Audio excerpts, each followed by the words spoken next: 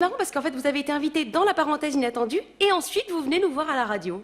Mais d'ailleurs, ça, j'ai remarqué que c'est pas la première fois que ça arrive avec des invités, en fait. C'est bizarre, quand Il même. doit un peu vous forcer la main, Fred, non? C'est pas possible. Tu veux faire France Inter? Bah d'abord, tu viens cueillir du champignon au Kawaii, ok? Hein? Pas de France profonde, pas de France Inter, ok? Il y a pas de mèche, et là. Estime-toi heureuse que je t'emmène pas en Amazonie où on te ferait boire un bol de salive en guise de bienvenue. Bon, ça, c'était un exemple de reconstitution auditive. Bon. Non, mais en fait, je réalise que on gagnerait carrément du temps en faisant directement nos chroniques à la campagne, non?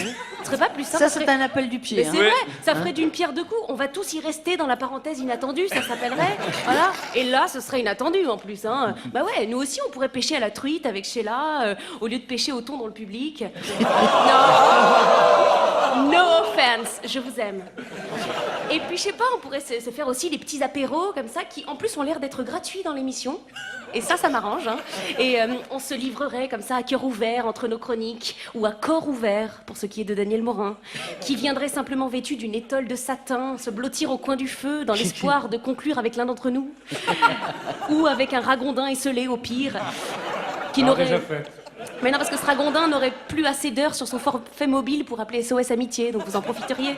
Et Chris se confierait sur son enfance difficile où on le confondait avec Annie Cordy. Ce qui lui a d'ailleurs valu un tata yo-yo de bronze à Martigues en 87. Et bravo Chris pour ça. Et moi je vous expliquerai la larme à l'œil, normal la larme à l'œil dans l'émission, comment j'ai été sourde-muette de 99 à 2004. Et où je ne m'exprimais qu'en faisant des schémas à base de rognures d'ongles. Et puis, classique, Richard Lorna qui irait chercher des bûches et cracherait dessus pour les allumer grâce à son haleine alcoolisée hautement inflammable.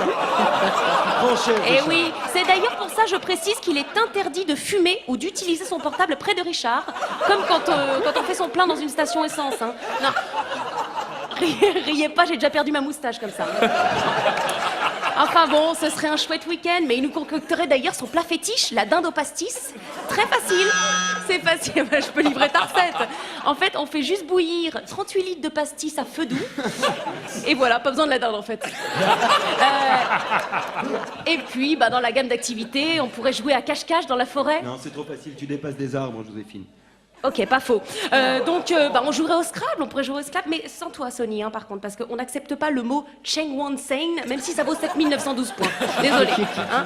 Et puis, on reprendrait des chansons a cappella au coin du feu, à la place des lives de Marion, du coup.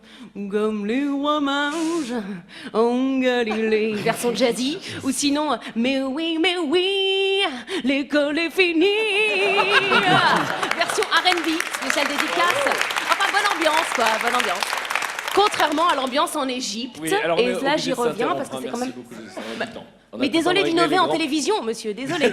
Désolé d'avoir des idées. Mesdames, messieurs, Joséphine Draille.